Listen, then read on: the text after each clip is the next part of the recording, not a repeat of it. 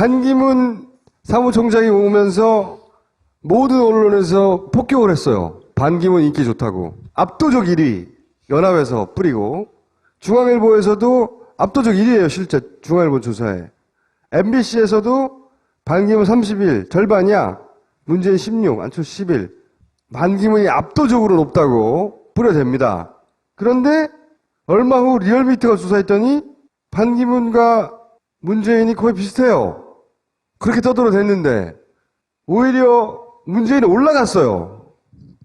리얼미터 조사에 의하면. 그리고 안철수 후보는 확 떨어지고 나머지는 다 떨어졌는데 안희정, 문재인이 거꾸로 올라갔어요. 이거 들어본 적 없잖아, 그죠? 리서치비라고 또 다른 여론조사에서는 오히려 문재인이 1위야. 중앙일보 여론조사에서 시작된 거거든요, 이 모든 게. 중앙일보에서 압도적으로 이긴 그 여론조사를 그 연합에서 막 뿌리고, 그래서 그거 뉴스 받아서 압도적 1위라고 막 뿌리고, 포털에 뿌리고 그랬단 말이죠. 근데 중앙일보의 여론조사 설계를 보니까 그 질문을 하기 전에 앞에 내내 반기문이 나온다면, 반기문이 대선 후보가 된다면, 미리 깔아놨어? 미리 깔아놔요, 앞에다가 다. 응? 예를 들어서 만약 반기문 총장이 내년 대선에 출마한다면 어느 정도 후보로 출마할 걸 예상하십니까? 반기문에 대한 질문을 왕창합니다. 그리고 나서 물어봐요. 지지율을. 그래서 이제 권 실장님을 모신 거죠. 왜 다른가? 설명해 주세요, 이제. 지금 금방 이제 말씀하셨던 중앙일보 네. 보면 중앙일보. 오른쪽에 설문 구성 프라이밍이라고 되어 있죠. 프라이밍. 그 밑에 두 개는 특이사항 없음이라고 되어 있고요. 먼저 설문 구성을 보죠. 프라이밍이라는 게 뭐냐면 어떠한 목적을 위해 그것이 뭐 옳다 그르다의 가치 판단은 접어두고 그러니까 어떠한 목적을 위해서 사전에 그 앞에 뭔가를 준비를 하거나 어떤 정보를 제시하는 그러한 어떤 기능이랄까? 한마디로 말해서 이런 거예요? 예. 원하는 수치를 내기 위해서 앞에다가 쫙 깔아주는 겁니까? 선도한다 설명할 수도 이런 있고, 말이죠? 예, 맞습니다. 뭔가를 자기가 원하는 또 어떤 목적을 위해서 그거와 목적 달성을 위해서 관련되어 있는 정보라든지 어떤 어떤 물질이라든지 그런 부분들을 미리 깔아주는 것들을 얘기합니다. 그렇게 그래서 조사하면 안 되는 거잖아요. 그렇죠. 여론조사가 되죠. 그러면 안 되잖아요. 그렇습니다. 금방 이제 말씀하신 정말 반 총장의 이름이 무려 앞에 메인 지지도 조사를 하기 전에 무려 앞에 5번이나 거론이 됩니다. 출마할 것 같으냐 마느냐. 그리고 지금 출마 선언을 했는데 이미지가 좋냐 나쁘냐. 출마에 대해서 찬성하냐 반대냐. 어느 당 소속으로 출마할 거냐. 그리고 출마해서 대선을 출마를 한다면 완주할 거냐 말 거냐. 그 전화주소에서 한 보통 20초면은 100분이니까 1분 40초잖아요. 1분 40초는 전화주에 상당히 긴 시간입니다. 다른 후보를 지지하는 사람 전화 끊어요. 그 사이에. 맞습니다. 그럴 수도 있습니다. 그리고 전화조사는 상당히 빨리 진행되기 때문에 자기가 인지하지 못하는 과정에서 어떤 각인 흑교가 계속 더 씌워지고 그리고 마지막에 어떤 문항에 대해서 특정한 방향으로 선택을 하게 돼요. 자기도 인식하지 못합니다. 그래서 이러한 프라이밍 효과가 중앙일보에는 상당히 많이 그러니까 제가 예전부터 계속 물어본 이거 일부러 그런 거잖아요. 일부러. 중앙일보 여론조사팀도 그걸 모르지는 않을 것 같아요. 그러면 예. 중앙일보가 반기문 여론조사 수치가 높게 나오라고 일부러 그런 거잖아요.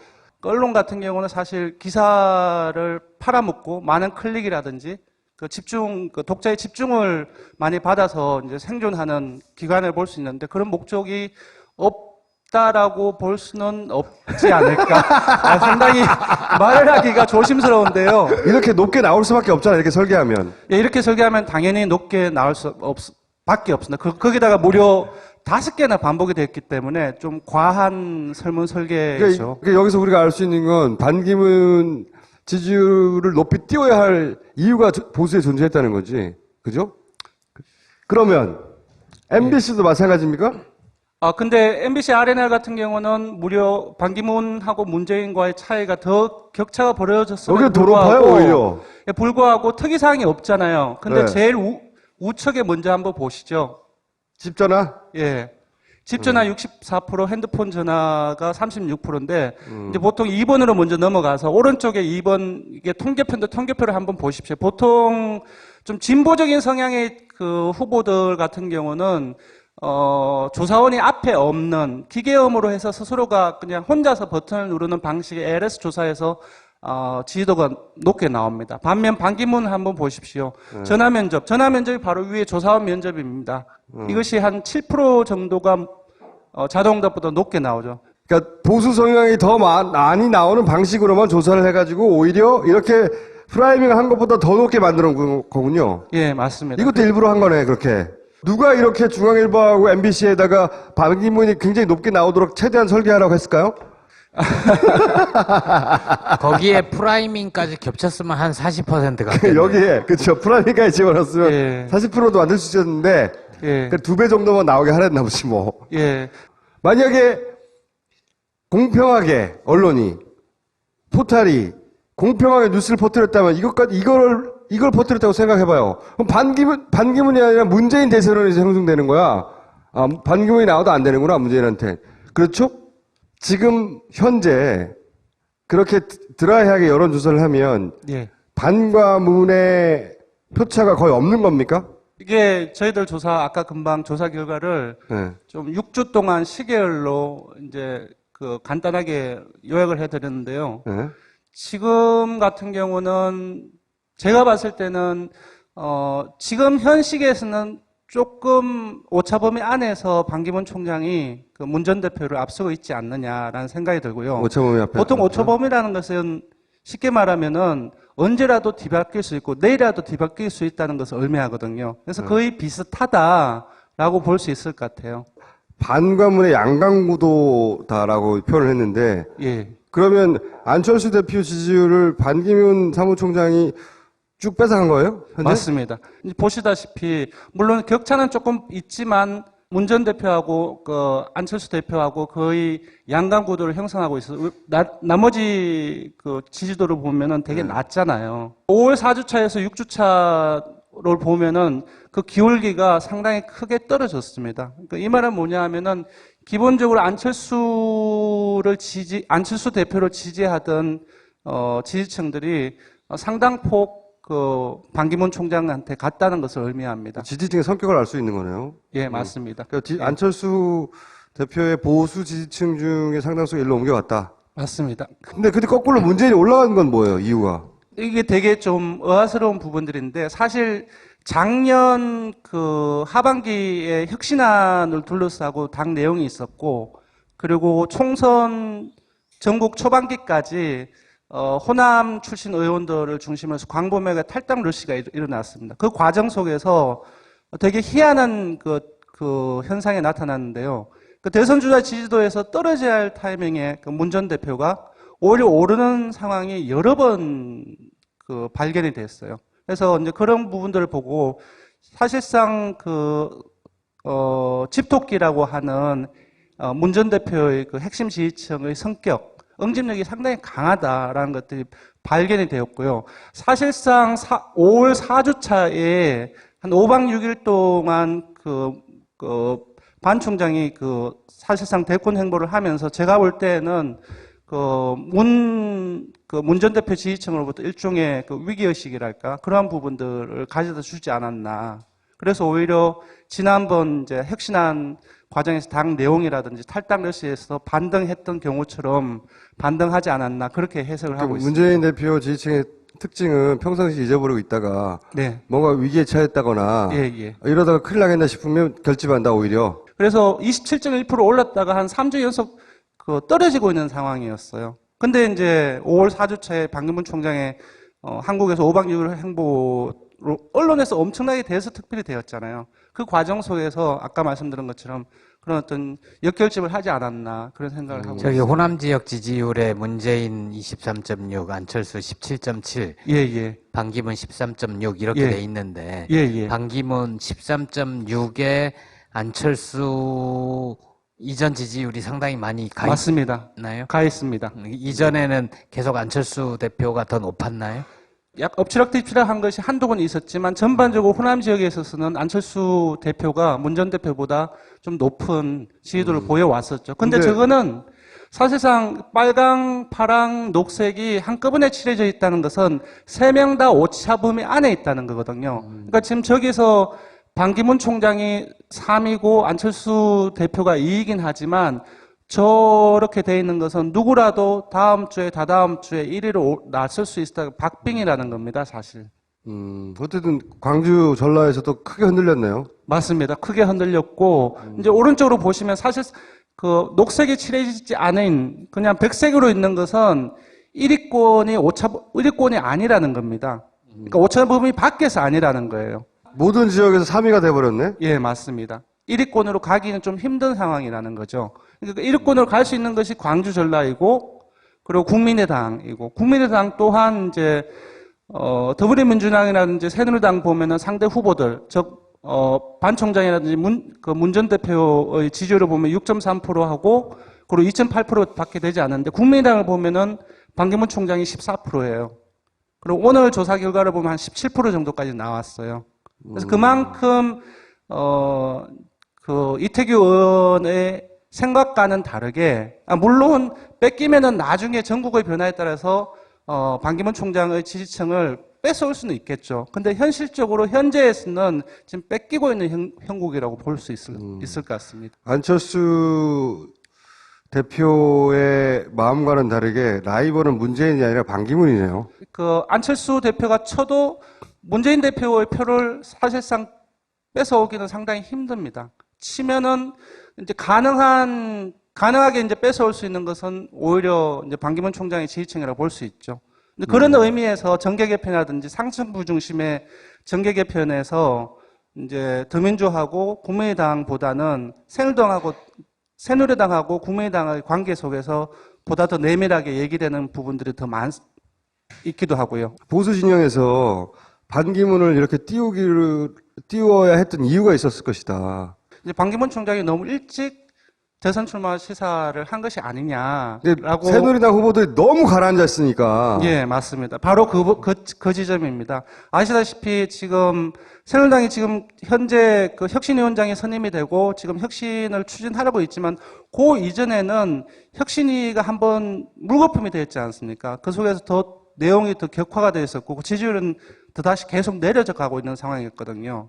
그래서 출구가 사실 보이지 않는 상황이 일정 정도 지속이 되었는데 반기문 뗄감을 쓴 거예요, 한 번. 바로 직후에 반기문 총장이 이제 그 일종의 대권 행보로 연결이 되었고 그래서 대통령 지지도 하고 새누리당 지지도가 일제히 계속 다 지금까지 계속 오르고 있습니다. 그래서 그런 단기적인 효과를 그 일부 새누리당 진영에서 단기적인 효과를 보기 위해서 조금 일찍 끌어내지 않았나 그런 해석도 가능한 상황입니다. 그런 힘이 존재한다는 거예요. 그래서 여기서 우리가 바보야? 우리는 절대 안 속아. 이렇게 생각할 수도 있는데 호남 민심이 바본가? 이렇게 생각할 수도 있는데 아니 자기가 접하는 모든 매체에서 그러는데도 어떻게 알아? 그죠? 그렇게 몰고 갈 수 있다. 항상 주의해야 된다. 그거를 알려주시려고 나온 것이고. 맞습니다. 네. 그래서 이제 지난번부터 꾸준히 질문해왔던 일부러 그랬다는 것도 들킨 저렇게 자연한 거죠? 위험한 얘기까지 했어요? 네. 일부러 그런 거잖아요? 일부러는 그렇지 않았겠지만 제가 볼 때는 이 프라이밍 앞에 5개를 깐 거는 좀 심했다는 거죠. 예, 일부러 했던 안 했던 전 잘 모르겠는데 잘 모르겠어요, 솔직히. 근데 이거는 좀 심했다는 거죠. 예. 오늘처럼 이렇게 분명하게 얘기한 건 처음인 거예요. 자, 그럼 일부러 한 것으로 결론 내면서 리얼미터 권 실장님도 드디어 인정했다고 얘기하면서 오늘 여기서 마치겠습니다. 네. 100일. 감사합니다.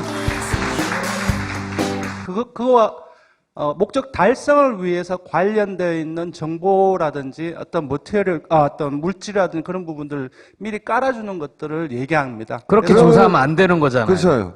여론조사가 되죠. 그러면 안 되잖아요. 그렇습니다. 금방 이제 말씀은 정말 반 총장 이름이 무려 앞에 메인 지지도 조사를 하기 전에 무려 앞에 5번이나 거론이 됩니다.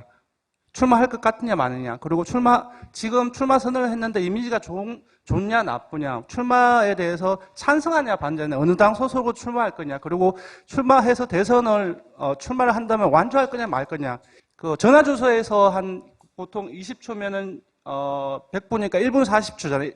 1분 40초는 전화 주소에 상당히 긴 시간입니다. 다른 후보를 지지한 사람 전화 끊어요.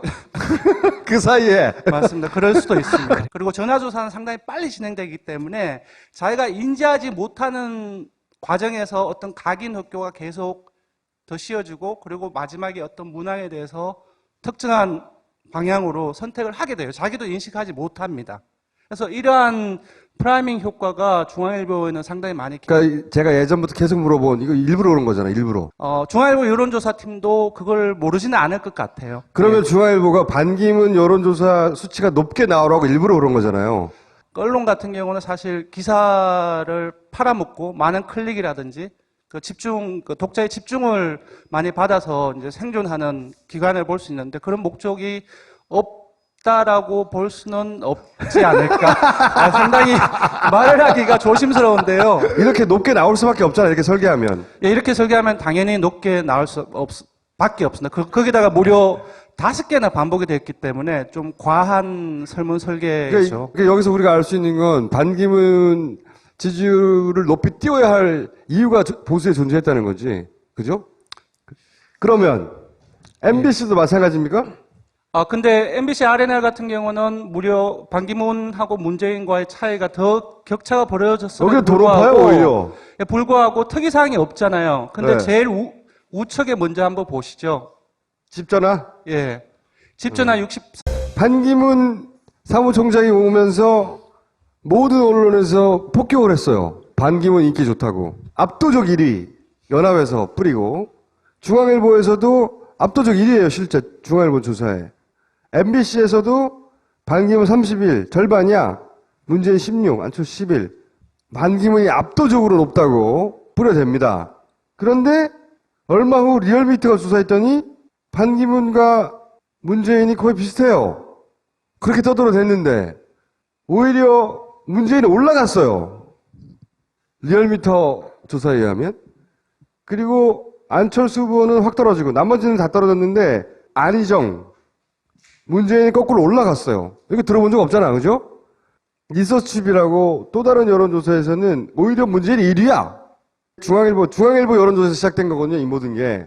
중앙일보에서 압도적으로 이긴 그 여론조사를 그 연합에서 막 뿌리고 그래서 그거 뉴스 받아서 압도적 1위라고 막 뿌리고 포탈에 뿌리고 그랬단 말이죠. 근데 중앙일보의 여론조사 설계를 보니까 그 질문을 하기 전에 앞에 내내 반기문이 나온다면, 반기문이 대선 후보가 된다면 미리 깔아놨어. 미리 깔아놔요. 앞에다가 다. 응? 예를 들어서 만약 반기문 총장이 내년 대선에 출마한다면 어느 정도 후보로 출마할 거라 예상하십니까? 반기문에 대한 질문을 왕창 합니다. 그리고 나서 물어봐요.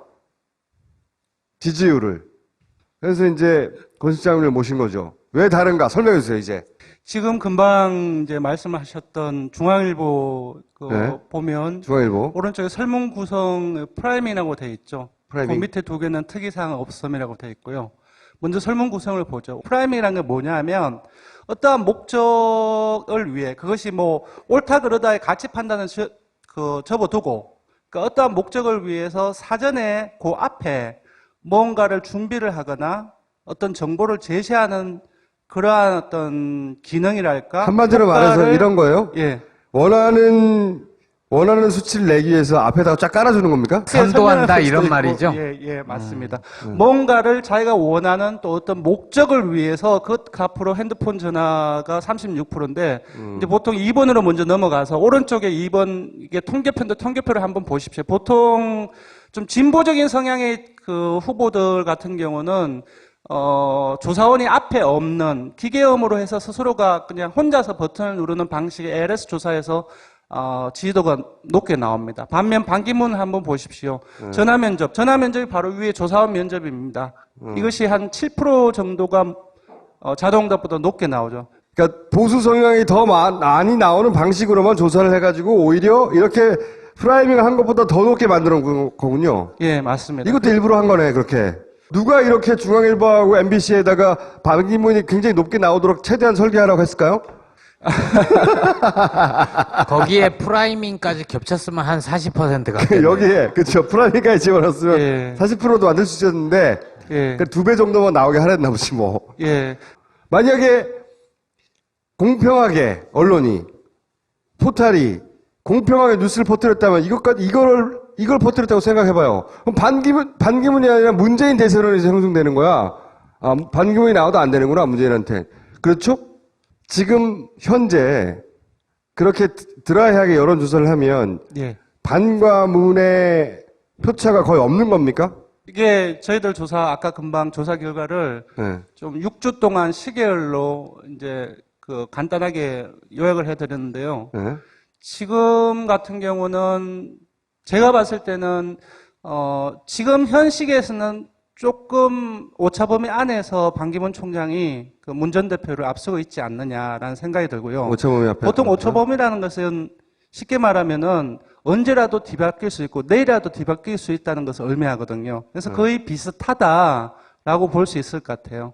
반과 문의 양강구도다라고 표현을 했는데 예. 그러면 안철수 대표 지지율을 반기문 사무총장이 쭉 뺏어간 거예요? 현재? 맞습니다. 이제 보시다시피 물론 격차는 조금 있지만 문 전 대표하고 안철수 대표하고 거의 양강 구도를 형성하고 있어요. 나머지 지지도를 보면은 되게 낮. 안철수 이전 지지율이 상당히 많이 가 맞습니다. 있나요? 가 있습니다. 이전에는 계속 안철수 대표가 더 높았나요?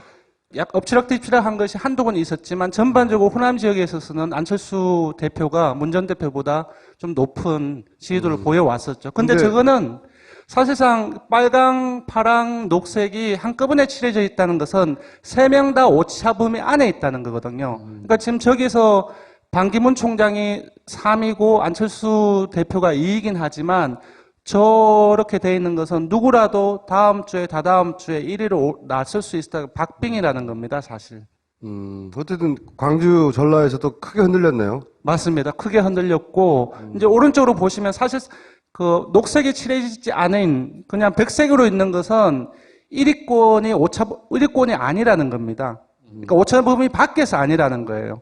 모든 지역에서 3위가 돼버렸네? 예, 맞습니다. 1위권으로 가기는 좀 힘든 상황이라는 거죠. 그러니까 1위권으로 갈 수 있는 것이 광주 전라이고, 그리고 국민의당이고, 국민의당 또한 이제, 더불어민주당이라든지 새누리당 보면은 상대 후보들, 반 총장이라든지 문 전 대표의 지지율을 보면 6.3%하고, 그리고 2.8%밖에 되지 않는데, 국민의당을 보면은 반기문 총장이 14%예요.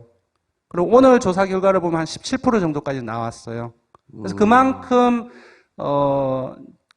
이태규 의원의 생각과는 다르게, 물론 뺏기면은 나중에 전국의 변화에 따라서, 반기문 총장의 지지층을 뺏어올 수는 있겠죠. 근데 현실적으로 현재에서는 지금 뺏기고 있는 형국이라고 볼 수 있을 것 같습니다. 안철수 대표의 마음과는 다르게 라이벌은 문재인이 아니라 반기문이네요. 안철수 대표가 쳐도 문재인 대표의 표를 사실상 뺏어오기는 상당히 힘듭니다. 치면은 이제 가능하게 이제 뺏어올 수 있는 것은 오히려 이제 반기문 총장의 지지층이라고 볼 수 있죠. 근데 그런 의미에서 정계 개편이라든지 상층부 중심의 정계 개편에서 이제 더민주하고 국민의당보다는 새누리당하고 국민의당의 관계 속에서 보다 더 내밀하게 얘기잖아요. 5월 4주차에서 6주차를 보면은 그 기울기가 상당히 크게 떨어졌습니다. 그러니까 이 말은 뭐냐 하면은 기본적으로 안철수 대표를 지지하던 지지층들이 상당폭 반기문 총장한테 갔다는 것을 의미합니다. 지지층의 성격을 알 수 있는 거네요. 예, 맞습니다. 그러니까 안철수 대표의 보수 지지층 중에 상당수가 일로 옮겨갔다. 맞습니다. 근데 거꾸로 문재인이 올라간 건 뭐예요, 이유가? 이게 되게 좀 의아스러운 부분들인데 사실 작년 하반기에 혁신안을 둘러싸고 당 내용이 있었고 그리고 총선 전국 초반기까지 호남 출신 의원들을 중심으로 해서 광범위하게 탈당 러시가 일어났습니다. 그 과정 속에서 되게 희한한 그 현상이 나타났는데요. 대선 주자 지지도에서 떨어져야 할 타이밍에 문 전 대표가 오히려 오르는 상황이 여러 번 발견이 됐어요. 그래서 이제 그런 부분들을 보고 사실상 집토끼라고 하는 문 전 대표의 핵심 지지층의 성격, 응집력이 상당히 강하다라는 것들이 발견이 되었고요. 사실상 5월 4주차에 한 5박 6일 동안 반 총장이 사실상 대권 행보를 하면서 제가 볼 때는 문 전 대표 지지층으로부터 일종의 위기의식이랄까 그러한 부분들을 가져다 주지 않았나. 그래서 오히려 지난번 이제 혁신안 과정에서 당 내용이라든지 탈당 러시에서 반등했던 경우처럼 반등하지 않았나 그렇게 해석을 하고 있습니다. 문재인 대표 지지층의 특징은 평상시 잊어버리고 있다가 네. 뭔가 위기에 처했다거나 예. 이러다가 큰일 나겠나 싶으면 결집한다 오히려. 그래서 27.1% 올랐다가 한 3주 연속 떨어지고 있는 상황이었어요. 근데 이제 5월 4주차에 반기문 총장의 한국에서 오방유율 행보로 언론에서 엄청나게 대서특필이 되었잖아요. 그 과정 속에서 아까 말씀드린 것처럼 그런 어떤 역결집을 하지 않았나 그런 생각을 하고 저기 있습니다. 호남 지역 지지율에 문재인 23.6, 안철수 17.7, 예. 반기문 13.6 이렇게 예. 돼 있는데 예. 반기문 13.6에